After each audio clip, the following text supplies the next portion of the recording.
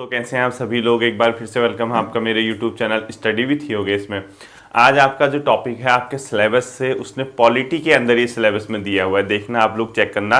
संयुक्त राष्ट्र संघ उसका क्षेत्र वगैरह जो भी दिया है मैं आपको वनडे एग्जाम के अकॉर्डिंग इस टॉपिक को अच्छे से तैयार कर दूंगा और आप लोगों का इससे क्वेश्चन आना लगभग तय है। ठीक है, अंतर्राष्ट्रीय संगठन हम यहाँ से देखेंगे, दो तीन उसने वैसे बेसिकली दिए हैं। एक यूएनओ दिया है, एक उसने सार्क दिया है, दूसरा उसने वर्ल्ड ट्रेड ऑर्गेनाइजेशन इकोनॉमी के अंदर दिया है। यानी दो टॉपिक उसने पॉलिटी के अंदर दिए हैं, एक इकोनॉमी के अंदर दिए हैं। तो हम इन टॉपिक्स को जल्दी से जल्द कंप्लीट करते हैं। ठीक है, तो आप लोग हेडिंग डाल लीजिए यूएनओ यानी यूनाइटेड नेशन ऑर्गेनाइजेशन, संयुक्त राष्ट्र संघ। इसको जल्दी से मैं एंड करता हूं और आपका इससे क्वेश्चन लगभग मान के चलिए एक नंबर का क्वेश्चन आता ही आता है। ठीक है, आता ही क्या मतलब मान के ही चलिए आएगा ही आएगा। यूएनओ यानी संयुक्त राष्ट्र संघ, यूनाइटेड नेशन ऑर्गेनाइजेशन। सबसे पहले देखिए ये आया कहां से, इसका जनरेट कैसे हुआ। आप सब लोग जानते हैं, मैंने आपको पढ़ाया था कि फर्स्ट वर्ल्ड वॉर याद है आपको।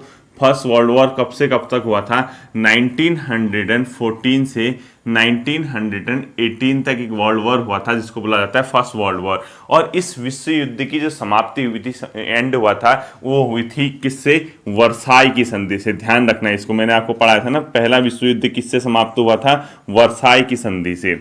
वर्साई की संधि, इससे पहला विश्व युद्ध क्या हुआ था, समाप्त हुआ था। अगर आपको याद होगा तो कब हुआ था, 1919 के आसपास, मैंने आपको पढ़ाया, अच्छे से याद होगा। तो उस समय क्या हुआ था, एक अमेरिका के राष्ट्रपति हुआ करते थे, उनका नाम था वुडरो विल्सन। वुडरो विल्सन ये चाह रहे थे कि यार ऐसा हो, कोई एक ऐसा संघ बना दिया जाए जो विश्व के अनेक देश उसमें हो और आने वाले समय में ऐसा कोई दूसरी बार युद्ध न हो, यानी कोई सेकेंड वर्ल्ड वॉर न हो, थर्ड वर्ल्ड वॉर न हो, यानी आने वाले समय में किसी प्रकार का युद्ध न हो। और इसके लिए हम एक संघ बना देते हैं जिसका काम अलग अलग सेक्टर में होगा। एग्रीकल्चर सेक्टर में एक दूसरे को सपोर्ट करेंगे, या व्यापार के क्षेत्र में यानी जो बिजनेस है, जो ट्रेड है, उसके क्षेत्र में एक दूसरे को सपोर्ट करेंगे। श्रम जो होता है यानी लेबर जो होता है उसके लिए सहयोग करेंगे। तो अलग अलग क्षेत्रों में सहयोग करने के लिए एक अवधारणा पेश की गई थी, किसके द्वारा, अमेरिकी की राष्ट्रपति वुडरो विल्सन के द्वारा। तो आप लोग लिखोगे अमेरिकी राष्ट्रपति, अमेरिकन प्रेसिडेंट। ठीक है, अमेरिकन राष्ट्रपति कौन थे, वुडरो विल्सन द्वारा, वुडरो विल्सन इनका नाम था। इन्होंने एक चीज लाई, इन्होंने कहा कि यार एक ऐसा संघ होना चाहिए जिसके द्वारा तीसरा विश्व युद्ध, सेकेंड वर्ल्ड वॉर, कोई ऐसा वर्ल्ड वॉर ना हो जैसा पहला हुआ था। तो उन्हीं के बेस पे, उन्हीं के कॉन्सेप्ट के द्वारा लीग ऑफ नेशन की स्थापना हुई। लीग ऑफ नेशन, ठीक है, यानी लीग ऑफ नेशन की स्थापना की गई। किसके मतलब बिहाफ पे, जो अपने आप में ये मतलब वुडरो विल्सन आते हैं, उनके द्वारा लीग ऑफ नेशन की स्थापना के लिए सबसे पहले मतलब एक थॉट लेके आए वो इस प्रकार का कि यार लीग ऑफ नेशन होना चाहिए। तो अब मतलब आप लोग ये मान के चलिए, जैसे लीग ऑफ नेशन का कॉन्सेप्ट आया, तो इस कॉन्सेप्ट के द्वारा क्या होगा, जैसे आप लीग ऑफ नेशन ये सामने आया 1920 में, इसने क्या किया, इस लीग ऑफ नेशन ने, कि कहीं ऐसा ना हो, कोई मतलब इस प्रकार के वर्ल्ड वॉर दोबारा ना हो, तो इसके लिए इसने अलग अलग सेक्टर में काम करने की सोची। इसकी स्थापना हुई थी 10 जनवरी 1920 को। ठीक है, तो 10 जनवरी 1920 को जैसे ही लीग ऑफ नेशन बना, इसका काम क्या था, हर सेक्टर में एक दूसरे को सहयोग करना। कृषि यानी एग्रीकल्चर, व्यापार, साथ ही साथ श्रम या कोई शोध वगैरह, विज्ञान वगैरह, अनुसंधान वगैरह, इस क्षेत्र में हर किसी को एक प्रकार से सहयोग करना और साथ ही साथ शांति की व्यवस्था बनाए रखना, शांति व्यवस्था आदि। ठीक है, इसके लिए क्या किया गया, लीग ऑफ नेशन की स्थापना की गई। चलो ठीक हो गया, आप इनको लगा कि आगे ऐसा कोई वर्ल्ड वॉर वगैरह नहीं होगा। बट बाद में क्या हुआ, जैसे जैसे समय बीतता गया, जर्मनी ने एक बार पोलैंड पे आक्रमण किया था, आपको याद होगा। तो उससे क्या हुआ था, सेकेंड वर्ल्ड वॉर की शुरुआत हुई थी। तो जब सेकेंड वर्ल्ड वॉर हुआ, सेकेंड वर्ल्ड वॉर कब से कब तक हुआ था, आप सब जानते हैं, 1939 से लेकर जो सेकेंड वर्ल्ड वॉर शुरू होता है 1945 तक। तो उस समय क्या हुआ था, लीग ऑफ नेशन जो है फेल हो गया था। यानी ये क्यों हुआ था, जर्मनी का पोलैंड पे आक्रमण इसका तात्कालिक कारण था। आप सब जानते हैं जर्मनी का पोलैंड पे आक्रमण, सब पढ़ाया था। ठीक है, आपको मैंने पोलैंड पर आक्रमण हुआ था, तो इसकी वजह से सेकेंड वर्ल्ड वॉर जब शुरू हुआ तो ये लीग ऑफ नेशन जो है, यानी ये इसका जो कॉन्सेप्ट था वो फेल हो गया। यानी फेल होने का मतलब, जब आपने बनाया था ये संगठन तो इससे क्यों आखिर ऐसा हुआ कि सेकेंड वर्ल्ड वॉर की स्थिति आई, तो यानी इसको आप सफल नहीं बना सके। और इसीलिए सफल नहीं हुआ, एक तो इसमें क्या चीज़ थी, ध्यान रखना, जो लीग ऑफ नेशन है इसका सदस्य बनने के लिए, जैसे अगर किसी को इसका मेंबर बनना है किसी देश को, उसको अपनी देश की पार्लियामेंट में एक बिल पास करना होता था कि हम लोग इसका मेंबर बनना चाहते हैं। तो अमेरिका जो इसका संस्थापक सदस्य था, उसी की पार्लियामेंट ने उसको पास होने ही नहीं दिया। यानी अमेरिका जो खुद ये अमेरिकी राष्ट्रपति की देन थी, ये उसका कॉन्सेप्ट था, उसी की संसद ने इसको पास नहीं होने दिया कि आप इसका मेंबर बनेंगे। तो और देश तो फिर दूर की बात रही, ठीक है। तो लीग ऑफ नेशन के होते हुए जब सेकेंड वर्ल्ड वॉर भी हो गया तो क्या फायदा इस संगठन को रखने का, यानी कहीं ना कहीं लीग ऑफ नेशन क्या हो गया, फेल हो गया, ठीक है। लीग ऑफ नेशन क्या हो गया, फेल हो गया। तो जब दूसरा विश्व युद्ध खत्म हुआ, सेकेंड वर्ल्ड वॉर खत्म हुआ, तो उस समय अमेरिकन जो प्रेसिडेंट थे, अमेरिकन प्रेसिडेंट, उसका नाम था फ्रैंकलिन डी रूजवेल्ट। क्या था उनका नाम, अमेरिकन राष्ट्रपति रूजवेल्ट। इनके द्वारा एक नया कॉन्सेप्ट लाया गया। इन्होंने कहा यार एक काम करते हैं, इस लीग ऑफ नेशन यानी लीग ऑफ नेशन की जगह एक नया संगठन बनाते हैं जिसको बोला गया यूएनओ की जगह यूएनओ की बात कही थी, ठीक है, कि कहीं ना कहीं हम लीग ऑफ नेशन फेल है, इससे कुछ नहीं होता, इसको नया नाम, नई चीज इसके द्वारा बनाई जाए, उसको बोला गया यूएनओ, संयुक्त राष्ट्र संघ। और इसका मुख्य उद्देश्य था कि आने वाले समय में सेकेंड वर्ल्ड वॉर जैसी कोई भी घटना ना हो। हालांकि अभी तक हुआ भी नहीं है, फिलहाल कंडीशन इसने संभाली हुई है, तीसरा विश्व युद्ध अभी तक कोई ऐसा देखने को नहीं मिला, तो उसकी जगह यूएनओ का क्या लाया गया, कॉन्सेप्ट लाया गया। तो आपको हेडिंग डालनी है अब संयुक्त राष्ट्र संघ यानी यूएनओ, ठीक है। अब सबसे पहले देखिए यहाँ वनडे एग्जाम है, क्या क्या क्वेश्चन यहाँ से पूछा जा सकता है, हम वो चीजें देखेंगे। यूएनओ जो था अपने आप में एक प्रकार का अंतर्राष्ट्रीय संगठन है जिसका मुख्य कार्य क्या है, विश्व में शांति व्यवस्था बनाने के साथ साथ व्यापार, इसके साथ संस्कृति, कला, आतंकवाद को रोकना, शांति व्यवस्था, इस सब चीजों के लिए काम करता है। तो इसकी स्थापना जो हुई थी 24 अक्टूबर 1945 को इसकी स्थापना हुई थी। इंपोर्टेंट कर देना, डेट से ही पूछता है, ठीक है। और इसी दिन यहाँ पर संयुक्त राष्ट्र दिवस भी मनाया जाता है। अब तो यूनाइटेड नेशन डे कब मनाया जाएगा, 24 अक्टूबर को मनाया जाता है।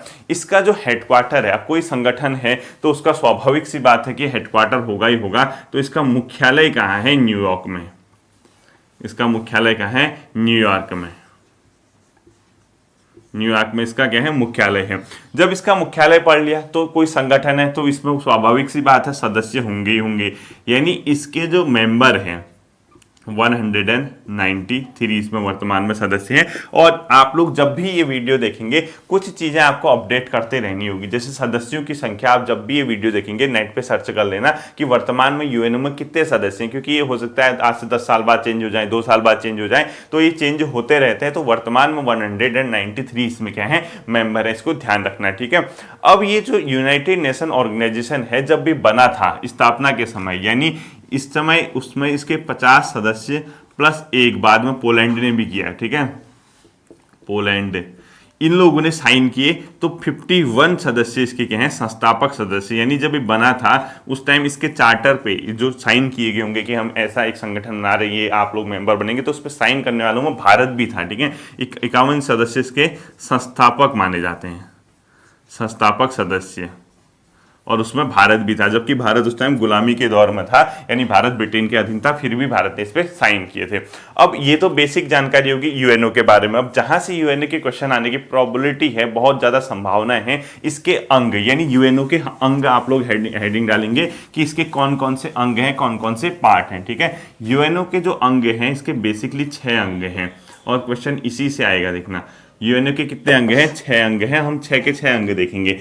पहला जो अंग है उसको बोला जाता है महासभा, महासभा, ठीक है, यानी इसको महासभा बोला जाता है, पहला अंग। दूसरा अंग इसका है न्यास, ये आगे पीछे हो सकते हैं, ठीक है, मैं ऐसे ही लिख देता हूं। न्यास को बोलते हैं ट्रस्टशिप, ट्रस्ट, ठीक है, न्यास मतलब ट्रस्ट एक हिसाब से आप लोग कह सकते हैं। तो इसके अलावा तीसरा जो होता है वो होता है अंतर्राष्ट्रीय न्यायालय, इंटरनेशनल कोर्ट, अंतर्राष्ट्रीय न्यायालय, ये थर्ड है, ठीक है। अंतर्राष्ट्रीय न्यायालय के बाद जो नेक्स्ट आता है उसका नाम अपने आप में क्या है, सचिवालय। क्योंकि कोई भी संगठन है, कोई भी है, तो वहाँ एक सेक्रेटरी होता है सचिवालय, जो वहाँ से मेन, उसका सबसे मेन पार्ट होता है सचिवालय। उसके बाद नेक्स्ट आता है आपका सामाजिक आर्थिक परिषद, यानी सोशल एंड इकोनॉमिकल काउंसिल, सामाजिक आर्थिक परिषद। और लास्ट आता है इसका सुरक्षा परिषद। क्या आता है, ये पहला है, ठीक है, फर्स्ट, ये सेकंड, ये थर्ड, ये फोर्थ, ये फिफ्थ और ये सिक्स्थ। सिक्स्थ क्या है, सुरक्षा परिषद, जो कि सबसे इंपोर्टेंट इसका रहता है, सुरक्षा परिषद। तो आपसे अगर पूछता है कि यूएनओ के कितने अंग हैं, 6, इनमें से कौन सा यूएनओ का अंग नहीं है, तो ध्यान रखना है महासभा, न्यास, अंतर्राष्ट्रीय न्यायालय, सचिवालय, सामाजिक आर्थिक परिषद और सुरक्षा परिषद, ये 6 इसके क्या हैं, अंग हैं। महासभा जो है अपने आप में, इसको जो इसके मेंबर हैं 193 इसमें मेंबर हैं बेसिकली, और ये विश्व की लघु संसद कहलाती है, यानी mini parliament of the world इसी को कहते हैं, ठीक है। 193 इसमें क्या है, सदस्य हैं। विश्व की लघु संसद कहा जाता है इसको, विश्व की लघु संसद, यानी हर देश का इसमें जितने भी सदस्य हैं इनका प्रतिनिधित्व होता है, और हर साल इसका सितंबर में इसकी बैठक होती है। अभी अगर अगले महीने देखना, आप लोग अपडेट करते रहना, अखबारों में देखना, भले ही वर्चुअली हो क्योंकि कोविड का टाइम है, वर्चुअल तरीके से हो सकते हैं, लेकिन आप लोगों ने पिछले 2-3 सालों में नोट किया होगा जब हमारे देश के प्रधानमंत्री जी जाके महासभा में अपना भाषण देते थे, वो यही है, ठीक है, यूएनओ का महासभा। तो इसको लिखो, प्रत्येक वर्ष सितंबर में इसकी बैठक होती है, सितंबर में इसकी क्या होती है, बैठक होती है हर साल, इसको ध्यान रखना है, ठीक है। अब जो ये है महासभा, इसमें एक अध्यक्ष भी होता है जिसका कार्यकाल 1 वर्ष होता है, इसको मोस्ट इंपोर्टेंट कर देना। तो इसके अध्यक्ष का कार्यकाल 1 वर्ष, वहां बेहोश मत होके आ जाना, पूछेगा आपसे जानबूझ के कि यूएनओ के महासभा के अध्यक्ष का कार्यकाल बता, 1 साल 6 महीने, 2 साल 5 साल, तो वहां बेहोश होने से बढ़िया है यहां पर इसको तैयार कर लो। तो अध्यक्ष का कार्यकाल 1 वर्ष लिखो, किसके अध्यक्ष का, यूएनओ के महासभा का कार्यकाल 1 वर्ष है, ठीक है। इसको आप लोग नोट कर लेना, इसको ध्यान रखना, अध्यक्ष का कार्यकाल। अब आपसे एक बहुत फेमस क्वेश्चन है, आप लोग हमेशा पढ़ते आ रहे हैं, यूएनओ की महासभा में पहली भारतीय महिला अध्यक्ष विजया लक्ष्मी पंडित का नाम आपने सुना होगा, वो इसी महासभा की अध्यक्ष रही हैं। जैसे अध्यक्ष मतलब महासभा एक प्रकार की पार्लियामेंट टाइप की समझ लो, हमारे देश में जैसे लोकसभा होती है ना, उसमें तो हमारे देश के सांसद होते हैं, यानी हमारे देश की अलग अलग क्षेत्रों की जनता का प्रतिनिधित्व, तो वैसे ही यूएनओ अंतर्राष्ट्रीय लेवल पे अलग अलग देशों के सदस्यों का प्रतिनिधित्व करने वाली एक संस्था है। तो इसमें आप लोग क्या लिखोगे, पहली भारतीय महिला अध्यक्ष, पहली महिला अध्यक्ष लिख लो, पहली महिला अध्यक्ष कौन थी, विजय लक्ष्मी पंडित, यानी विजया लक्ष्मी पंडित का आप लोगों ने नाम सुना होगा, विजय लक्ष्मी पंडित कर देना, इसको मोस्ट इंपोर्टेंट कर दोगे, क्या लिखोगे, विजय लक्ष्मी पंडित,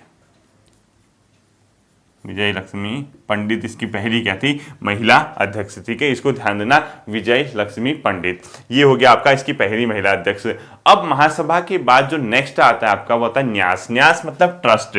अब इसको मैं इरेज कर रहा हूं, इधर वाले को देखना, ठीक है, आप लोग नोट कर लेना। न्यास मतलब क्या होता है, ट्रस्ट होता है। ट्रस्ट का मतलब क्या है, कोई भी संगठन है उसको कहीं ना कहीं क्या चाहिए होगा, पैसा चाहिए होगा, यानी पैसा कहीं ना कहीं उसको बिना पैसे के काम नहीं कर पाएगा। बताओ बिना पैसे के कैसे काम होगा, तो इसने तो अंतर्राष्ट्रीय स्तर पर अलग अलग क्षेत्रों पे काम करने हैं। तो ये न्यास क्या करता है, एक प्रकार का छोटा सा इसके अंदर एक संगठन है जो यूएनओ को डोनेट करता है, यानी यूएनओ को पैसा उपलब्ध कराने वाला क्या है, संगठन है ये न्यास। तो लिखो, यूएनओ को पैसा उपलब्ध कराता है, यूएनओ को पैसा उपलब्ध कराने का काम यही करेगा, ठीक। अब इसमें क्या है, अलग अलग देश का कोटा है, यानी अलग अलग देश अपनी क्षमता के अनुसार देता है। भारत का क्या है इसमें रोल, भारत अपने इसका टोटल बजट का लगभग 1% इसमें शेयर देता है, यानी अगर आपका 100 रुपये यूएनओ का बजट है तो भारत की ओर से 1 रुपये जाता है। अब आप स्थिति ये समझ के चलो, इसमें जो देश जितना ज़्यादा पैसा देगा उसका प्रभाव तो उतना ज़्यादा होना ही होना है, क्योंकि वो तो धौंस जमाएगा, वो तो कहेगा भाई हमारा इसमें सबसे ज़्यादा डोनेशन है,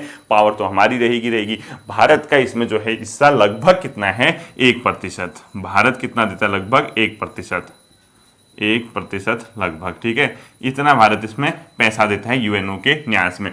तीसरा आता है अंतर्राष्ट्रीय न्यायालय। अंतर्राष्ट्रीय न्यायालय क्या है, इंटरनेशनल कोर्ट है, ठीक है। इंटरनेशनल कोर्ट का मतलब इसका मुख्यालय कहाँ है, इसका मुख्यालय पूछता है आपसे द हेग में, मुख्यालय कहाँ है, द हेग, नीदरलैंड में पड़ता है, ठीक है। हेग में इसका क्या है, मुख्यालय है, इसको ध्यान रखना। अंतर्राष्ट्रीय न्यायालय का मुख्यालय कहाँ है पूछता है, हेग में। अब आप क्या कर सकते हैं, खुद स्मार्ट होंगे। मैं तो यूएनओ पढ़ा रहा हूँ, मैं अलग से अंतर्राष्ट्रीय न्यायालय पढ़ा नहीं रहा, और मैं यूएनओ के सिर्फ अंग पढ़ा रहा हूँ जो उसके यूएनओ टॉपिक दिए। तो आप लोग स्मार्ट हैं, तुरंत करके सर्च कर लेना अंतर्राष्ट्रीय न्यायालय की स्थापना कहाँ हुई है, कब हुई, अंतर्राष्ट्रीय न्यायालय का मुख्यालय कहाँ है। इसमें ये ध्यान रखना, इसमें जो जजों की संख्या होती है, इसमें 15 न्यायाधीश होते हैं। कितने न्यायाधीश होते हैं, 15 न्यायाधीश होते हैं। तो इसको मैं इरेज कर रहा हूं, इधर देख लेना आप लोग, ठीक। इसमें क्या होते हैं, अंतर्राष्ट्रीय न्यायालय में 15 न्यायाधीश, 15 न्यायाधीश, यानी इसमें जो जजों की संख्या है वो पूछेगा आपसे, 15 न्यायाधीश होते हैं। और एक बात ध्यान रखना, प्रत्येक न्यायाधीश का जो कार्यकाल होता है, यानी इनका कार्यकाल 9 वर्ष का होता है। यानी इनका कार्यकाल पूछेगा कितने टाइम के लिए बनते हैं, 9 वर्ष के लिए, ये भी आप लोगों को ध्यान रखना है। और भारत की ओर से इसमें जो बने थे, एक वीएन राव बने थे पहले, वीएन राव, और उसके बाद जो मुख्य आता है पेपर में, भारत के मुख्य न्यायाधीश कौन रहे थे यहाँ पे, उनका नाम था नागेंद्र सिंह या नगेंद्र सिंह, ठीक है। तो इंडिया की ओर से सबसे पहले, इंडिया की ओर से कौन रहे थे, वीएन राव, 1952-53 के आसपास वीएन राव भी रहे थे। और मुख्य रूप से इसका नाम याद रखना, नागेंद्र सिंह, नगेंद्र सिंह, ठीक है। ये 77 से 89 के आसपास तक रहे थे, मतलब 87 80 ऐसा ही कुछ है, नगेंद्र सिंह, इनका नाम आपको ध्यान रखना। और भी रहे थे, अभी दलवीर भंडारी जी हैं, वर्तमान में भारत की ओर से कौन है, वर्तमान में भारत की ओर से इसमें देखो दलवीर भंडारी, दलवीर सिंह भंडारी वर्तमान में, ठीक है, दलवीर भंडारी। तो ये नगेंद्र सिंह वाला नाम आपको मोस्ट इंपोर्टेंट करना है। शायद मेरे ख्याल से मुख्य न्यायाधीश रहे थे अंतर्राष्ट्रीय न्यायालय में, लेकिन ये नगेंद्र सिंह वाला ऑप्शन आता है आपको पेपर में। वीएन राव आएगा तो सबसे पहले बने थे, नगेंद्र सिंह का ऑप्शन देखने को मिलेगा, ये न्यायाधीश रहे थे, इसको स्टार करना। बाकी दलवीर भंडारी वर्तमान में इसके न्यायाधीश हैं इंडिया की ओर से, ठीक है।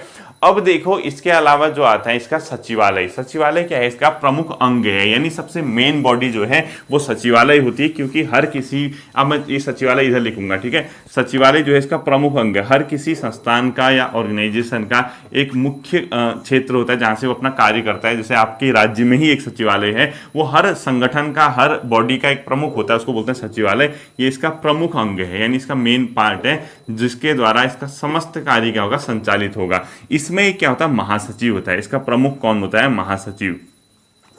इसका प्रमुख कौन होता है, महासचिव, जो यूएनओ का क्या है, प्रमुख है। और ये महासचिव जो है, इसका जो कार्यकाल होगा वो भी पूछता है आपसे 5 वर्ष। बेहोश मत होना, वहां महासभा और उसमें कार्यकाल कितना होगा इसका, 5 वर्ष का इसका कार्यकाल होता है यूएनओ के महासचिव का, इसको ध्यान रखना।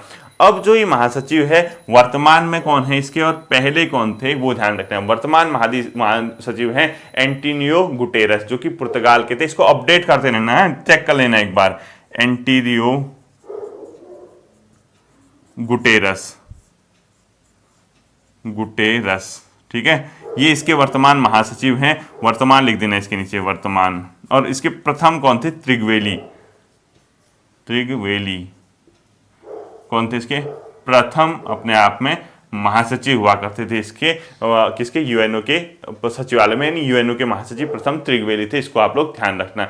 इसके बाद जो नेक्स्ट आता है उसको बोलते हैं सामाजिक आर्थिक परिषद। सामाजिक आर्थिक परिषद का मुख्य काम क्या है, विश्व में जो है सामाजिक रूप से या आर्थिक रूप से उन्नति करना, विश्व को सामाजिक और आर्थिक रूप से आगे लेके जाना, और अलग अलग फील्ड में काम करता है। जैसे कई अंतर्राष्ट्रीय स्तर पर आर्थिक संगठन है, सामाजिक संगठन है, जैसे आपका आईएलओ आपने नाम सुना होगा, अंतर्राष्ट्रीय लेबर संगठन, या इसके अलावा आपने अंतर्राष्ट्रीय कृषि एवं खाद्य संगठन सुना होगा यानी एफएओ, या इसके अलावा आपने यूनेस्को सुना, यूनिसेफ सुना, सब इसी के तहत वो काम करते हैं, यानी उनके अलग अलग सेक्टर हैं। जैसे आपने आईएलओ सुना, अंतर्राष्ट्रीय लेबर मतलब ऑर्गेनाइजेशन, तो इनकी स्थापना खुद लिखोगे, ठीक है। आपने एफएओ सुना, क्या लिखा, एफएओ, ठीक है। अंतर्राष्ट्रीय, इसको बोलते हैं श्रम संगठन, उसको बोलते हैं अंतर्राष्ट्रीय कृषि एवं खाद्य संगठन। इसके अलावा यूनेस्को आप लोग लिख लीजिए, यूनेस्को, यूनेस्को, ठीक है। एक यूनिसेफ लिख लीजिए, एक क्या लिखोगे, यूनेस्को के अलावा यूनिसेफ यहां लिख दिया, ठीक है। यानी यूनिसेफ भी इसी का है, UNICEF लिखो, ठीक है।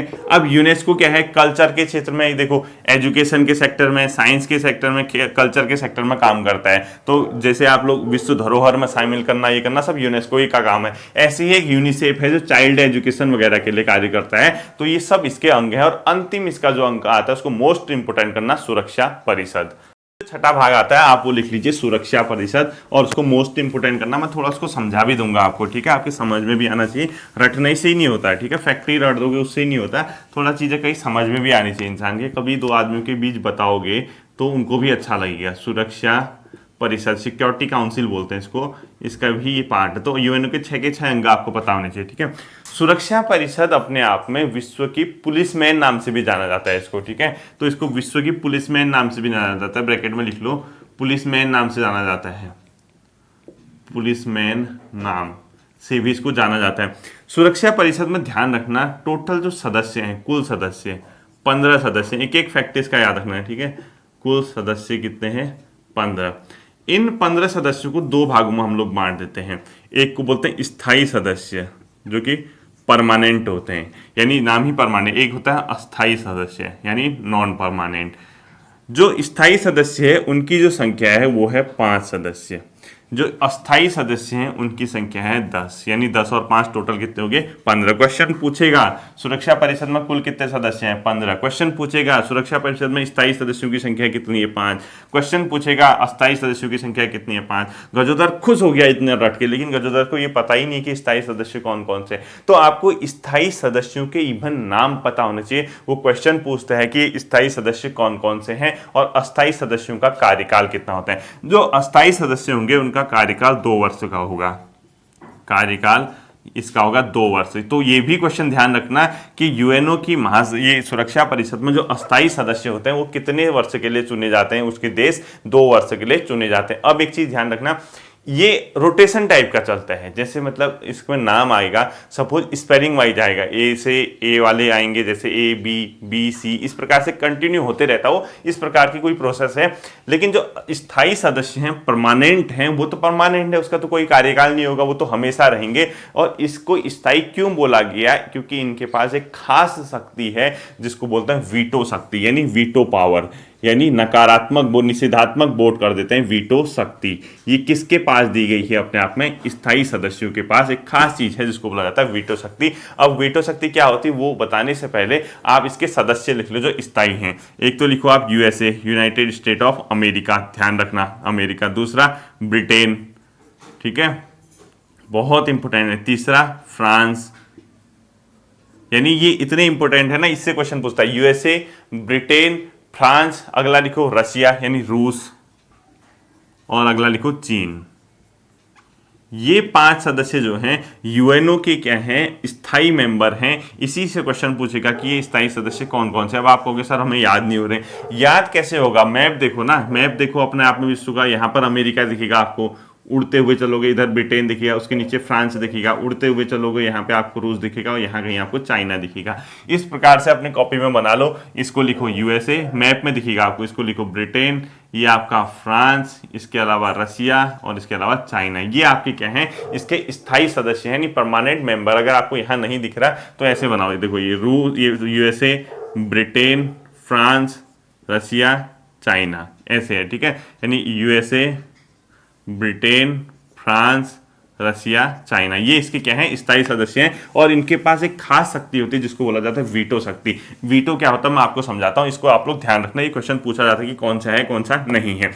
वीटो शक्ति एक प्रकार की निषेधात्मक वोट जिसको बोलते हैं। इसमें क्या होता है, देखिए, अगर एक चीज और देखना, कोई यहाँ के मेंबर, इस मेंबर को अस्थायी मेंबर या अन्य मेंबर को इसमें लाना होगा स्थायी मेंबर में, तो उसके लिए क्या करना होता है, ये लोग एक प्रस्ताव पास करते हैं सर्वसम्मति से, यानी इसमें कोई भी सदस्य वीटो नहीं करना चाहिए, उसके बाद वो महासभा में जाता है, तब जाके कोई मेंबर स्थायी सदस्य बन सकता है। लेकिन अगर इसमें एक ने भी उसके अगेंस्ट वोट कर दिया, वो पास प्रस्ताव होगा ही नहीं किसी भी केस में।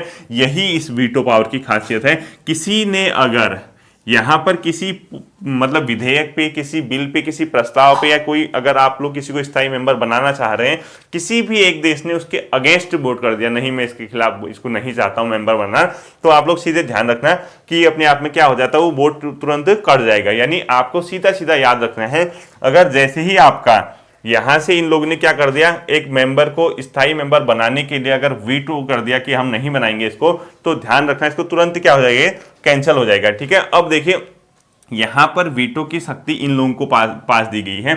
अब हमने बाई चांस भारत को बनाना चाहा, भारत से हमने कहा कि यार हम लोग चाहते हैं कि भारत स्थायी मेंबर बने यूएनओ का, क्योंकि भारत भी अपने पास कुछ तर्क रखता है कि मेरे को क्यों स्थायी मेंबर बनना चाहिए और क्यों नहीं बनना चाहिए, सब चीज मैं आपको बताऊंगा। लेकिन इसमें सबसे बड़ा टांग अड़ाने वाला जो है वो चीन है। चीन कभी नहीं चाहेगा कि भारत स्थायी मेंबर बने, क्योंकि कई ऐसे मुद्दे हैं जहां भारत और चीन आपस में अंतर्राष्ट्रीय स्तर पर एक दूसरे के खिलाफ हैं और आपस में भी इनकी बहुत ज्यादा अच्छी नहीं बनती, क्योंकि सीमा विवाद अलग है, कश्मीर मुद्दे को लेकर वो चिल्लाते रहता है भारत, क्योंकि एशिया में चीन का सबसे बड़ा क्या है, प्रतिद्वंदी है। अगर एशिया में भारत ना हो, चीन तो एक तरफा राज कर लेगा। चीन को कोई अगर बैलेंस कर सकता है वो भारत कर सकता है, उसके अलावा कोई भी देश ऐसा नहीं है जो चीन को बैलेंस करेगा एशिया में, ठीक है। तो इसके चीन नहीं चाहेगा कि भारत इसका परमानेंट सदस्य बने। अगर बाई चांस भारत परमानेंट सदस्य बन जाता है तो भारत क्या करेगा, चीन कोई प्रस्ताव लाएगा भारत वीटो कर देगा, भारत कोई प्रस्ताव लाता है चीन वीटो कर देगा, तो चीन हमेशा इसमें रोड़ा अटका देता है, ठीक है। तो इस वीटो का सर्वाधिक प्रयोग किसने किया, रूस ने। तो लिखो, रूस ने सर्वाधिक प्रयोग किया अभी तक किस चीज का, वीटो शक्ति का, क्योंकि भारत का रूस एक अच्छा खासा मित्र रहा है पहले से ही। कश्मीर के मुद्दे पे भी जब ये कोई प्रस्ताव लाते थे भारत के खिलाफ तो रूस उस पर वीटो कर देता था, तो प्रस्ताव वहीं डंप हो जाता था। अब देखो ये वीटो शक्ति किसके पास है, ये पता चल गया आपको। अब मैं आपको थोड़ा सा एक आइडिया बताता हूं कि भारत को वीटो मिलना चाहिए तो क्यों मिलना चाहिए, नहीं मिलना चाहिए तो क्यों नहीं मिलना चाहिए, ठीक है। तो भारत अपने पक्ष में क्या तर्क देता है उसमें आपका थोड़ा सा ध्यान देना है इसमें। तो देखो, भारत को वीटो शक्ति, यानी वीटो कब मिलेगी, जब भारत स्थायी बनेगा, यानी भारत की स्थायी सदस्यता लिख लो। वीटो तो क्या लिखोगे, भारत की स्थायी सदस्यता। जैसे ही स्थायी बनेगा खुद ही स्वाभाविक रूप से आपका क्या हो जाएगा, उसको वीटो मिल जाएगा। एक हम लोग देखते हैं पक्ष में तर्क, एक देखते हैं विपक्ष में तर्क, ठीक है। ये लिखेंगे पक्ष, ये लिखेंगे विपक्ष। देखें, भारत के पक्ष में क्या तर्क है यूएनओ के स्थायी सदस्य बनने के लिए, भारत इसका संस्थापक सदस्य में, यानी भारत जब गुलाम था तब भी भारत इसका सदस्य था, तो एक प्रकार से बहुत पुराना मेंबर है। जबकि चीन को तो विश्व में मान्यता ही नहीं दे रहे थे कि ये कोई देश भी है, क्योंकि वो कम्युनिस्ट देश था, उसको उस टाइम वो मॉडल ही नहीं था।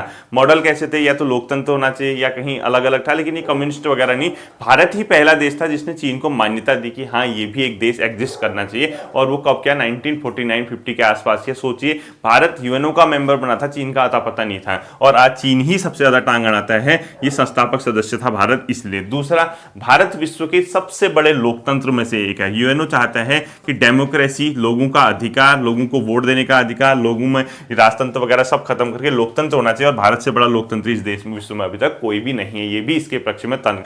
भारत हमेशा से आतंकवाद के खिलाफ रहा है, यानी भारत ऐसा देश नहीं है जो अपने आप में क्या है, मतलब कि आतंकवाद को बढ़ावा देता है, अपनी धरती से आतंकवाद को फलता फूलता देखता है, ऐसा नहीं। भारत हमेशा आतंकवाद के खिलाफ रहा है, और यूएनओ का लक्ष्य भी रहा है कि वो आतंकवाद का विश्व से सफाया करे, ठीक है। भारत हमेशा शांति का समर्थक रहा है। साथ ही साथ यूएनओ के कई मिशन होते हैं, यानी जैसे यूएनओ के मिशन में भारत का सहयोग। अब आप कहोगे सर ये यूएनओ के मिशन में क्या हुआ, जैसे कई ऐसे मुद्दे होते हैं जहां पर सैनिक आवश्यकता होती है, वहां पर भारत अपनी सेना को बढ़ चढ़कर यूएनओ के मिशन में भेजता है। साथ ही साथ एक डब्ल्यूएचओ है, वर्ल्ड हेल्थ ऑर्गेनाइजेशन, इसके भी कई मिशन है, इनमें भी भारत सहयोग करता है। जैसे पोलियो की मुफ्त दवा भारत बांटता है, ठीक है, पोलियो की मुफ्त दवा भारत क्या करता है, विश्व के देशों को सहायता पहुंचाता है। तो भारत अच्छे अच्छे काम करने में लगा है। तो भारत कहता है कि मुझे इसका परमानेंट मेंबर बनाना चाहिए, जबकि इसके विपक्ष में भी कई तर्क आते हैं, और विपक्ष के तर्क में आपको बताता हूं क्या क्या है, ठीक है, जो इसको नहीं। एक है एनपीटी, एक संधि थी जिसका नाम था परमाणु अप्रसार संधि, यानी एनपीटी, ये बाद में बताऊंगा। प्लस एक दूसरा होता है, उसको बोला जाता है सीटीबीटी, यानी सीटीबीटी ट्रीटी है, एक प्रकार की संधि है, पर हस्ताक्षर नहीं किए हैं भारत ने। सीटीबीटी पर हस्ताक्षर नहीं किए हैं भारत ने। अब आप कहोगे सर ये क्या बात हुई, ये जो है एनपीटी, ये क्या है, एक प्रकार की संधि है। ये मैं आपको बताऊंगा, आपका एक टॉपिक सिलेबस में दिया है, विश्व में शांति को बढ़ाने के लिए यूएनओ के प्रयास, इस टाइप का कुछ है आपके उसमें मैं आपको समझाऊंगा। इसमें आप अभी इतना समझिए, विश्व के 5 देश हैं जो स्थायी मेंबर है, इन्हीं को सिर्फ परमाणु बम रखने का अधिकार दिया गया था। और जब ये संधि लाई गई थी 68-69 के आसपास, इन लोगों ने कहा विश्व में अब कोई भी देश परमाणु बम नहीं रखेगा, और ऑलरेडी इनके पास ऑलरेडी था, इनको इतने चालाक हैं, देखो हमारे पास ऑलरेडी है, अब इनने संधि लिया यार परमाणु से नुकसान होता है, मानव जाति को हानि होती है, तो परमाणु बम वगैरह कोई नहीं रखेगा। तो एनपीटी इन्होंने एक संधि लेके आई और उनसे विश्व के देशों से साइन करवाया। भारत ने कहा मैं नहीं करूंगा साइन। भारत ने कहा मैं क्यों साइन करूं, जब आप लोग करके बैठे बैठे हैं साइन, आपके पास तो परमाणु बम है, मेरी तो भौगोलिक स्थिति ऐसी, बगल में चाइना है, इधर पाकिस्तान है, मेरे तो दाएं बाएं सब जगह दुश्मन ही दुश्मन है। तो कल के दिन अगर उनके पास, चाइना के पास तो ऑलरेडी था, पाकिस्तान का कोई भरोसा नहीं कि वो अंदर अंदर ही क्या कर रहा हो, तो मुझ पर कोई अटैक कर देगा तो मैं क्या करूंगा अपने डिफेंस के लिए, मुझे भी तो बताओ। तो भारत ने कहा नहीं, मैं इस पर साइन नहीं करूंगा। दूसरा है सीटीबीटी। अब ये एनपीटी क्या था, परमाणु बम रखने के लिए था, और जो सीटीबीटी था इसमें क्या होता था, आप परमाणु का परीक्षण नहीं करेंगे, न जल में, न थल में, न स्थल में, कहीं भी परमाणु का परीक्षण नहीं करेंगे। लेकिन भारत ने फिर भी परमाणु परीक्षण किया। स्माइलिंग बुद्धा आपने नाम सुना होगा, 11 मई 1974 को पोखरण से भारत ने किया, और भारत ने कहा मैंने तो जमीन के अंदर किया, क्योंकि वो गुप्त था, किसी को पता ही नहीं था। साथ ही साथ भारत ने 1998 में 11 से 13 मई के आसपास भी परमाणु परीक्षण किया, जिसमें एपीजे अब्दुल कलाम ने प्रमुख भूमिका निभाई थी, आप लोग सभी जानते होंगे। तो भारत ने इन दोनों पे साइन नहीं किए, ठीक है। तो आप लोग एक वो लिख लीजिए, स्माइलिंग बुद्धा वाला। कभी अभी यहाँ पर एक चीज आ गई तो यहाँ पे बता देता हूँ। स्माइलिंग बुद्धा एक मिशन था भारत का पोखरण परमाणु परीक्षण के लिए। पोखरण परमाणु परीक्षण का था, ठीक है, परमाणु परीक्षण हेतु था, ये परीक्षण के लिए था, और ये हुआ था कब, 1974 में। और उसके अलावा, और इसकी डेट भी लिख लीजिए आप, 18 मई का था ये, 1974 18 मई का, 18 मई 1974 का। दूसरा भारत ने परमाणु परीक्षण किया 1998 में। दोनों परीक्षण आपको याद रखना, 11 से 13 मई। तो ये है, ठीक है। दूसरा, भारत के साथ विपक्षी में क्या तथ्य देते हैं, कश्मीर मुद्दा। भारत जो है अभी विपक्षी है ना, क्योंकि भारत कहते हैं कि भारत कश्मीर मुद्दे को नहीं सुलझा पाया, तो इसको स्थायी मेंबर नहीं बनाना चाहिए, पहले इसको ये सुधारे। तीसरा, ये लोग कहते हैं भारत का बजट बहुत ज़्यादा कम है, 1% भी नहीं देता, इतना कम पैसा है, तो भारत को क्यों हम लोग इसमें रखें। ये सब बेसिक चीज़ें हैं, आप लोग इतना सीख लीजिए। अब अंतिम चीज़ आती है इसकी भाषा को लेकर, ठीक है। इसमें 6 भाषाएं हैं यूएनओ में, तो लास्ट पॉइंट यूएनओ का है, तो इसकी भाषा लिख लो। वर्तमान में यूएनओ में 6 भाषा, अभी अपडेट आप लोग खुद करेंगे, ठीक है। 6 हैं, कितनी है मुझे जहां तक याद है कि 6 ही भाषाएं इसमें, और कल के दिन चेंज होती है, तो आप लोग इसको क्या करोगे, मतलब अपने आप में तुरंत अपडेट। 6 भाषा इसकी ऑफिशियल है, इसमें 2 भाषाएं ऐसी हैं जिसपे काम होता है, और 6 देखिए ये 6 भाषा कौन कौन सी, ये ध्यान रखना है, ठीक है। इंग्लिश पहली, अंग्रेजी दूसरा लिखोगे आप, फ्रेंच, अंग्रेजी और फ्रेंच भाषा, ये जो दो है इसकी, ये ऑफिशियल लैंग्वेज है, यानी काम इसी लैंग्वेज पे होता है। यानी इन 2 पे लिखो आप कार्यकारी भाषा, यही 2 हैं, ठीक है। बाकी अन्य जो भाषाएं, क्वेश्चन पूछता है आपसे यूएनओ की कार्यकारी भाषाएं कौन कौन सी हैं, अंग्रेजी और फ्रेंच से याद रखना। बाकी अन्य जो टोटल इसकी भाषाएं वो 6 हैं, स्पेनिश, अरबी, रशियन और चाइनीज लिखो। स्पेनिश, अरबी, ये सबसे न्यू बनी थी, ठीक है, ब्रैकेट में लिखो, सबसे नई जो इसमें शामिल हुई थी, सबसे नई। और क्या लिखोगे, रशियन और चाइनीज, ठीक है। ये अपने आप में इसकी 6 भाषाएं हैं। ये था आपका संयुक्त राष्ट्र संघ यूएनओ, ये भाषा वाला याद रखना, सुरक्षा परिषद का। उम्मीद करता हूं वनडे एग्जाम के हिसाब से आपका काम बन जाएगा। वैसे तो बहुत लेंदी टॉपिक है, इसमें कई कॉन्सेप्ट हैं, आईएलओ, अंतर्राष्ट्रीय न्यायालय, यूनेस्को, यूनिसेफ, वो सब चीजें हैं। मैं आपको कोशिश करूंगा कि एग्जाम से पहले पहले अंतर्राष्ट्रीय संगठन के मेन चीजें जो पॉइंट हो सकते हैं आपके, वो बना दिए जाए, लेकिन ये प्रॉपर सिलेबस में दिया है। उम्मीद करता हूँ समझ आया होगा। अपना ध्यान रखिए, फिर मिलता हूँ अगले सेशन में। Thank you.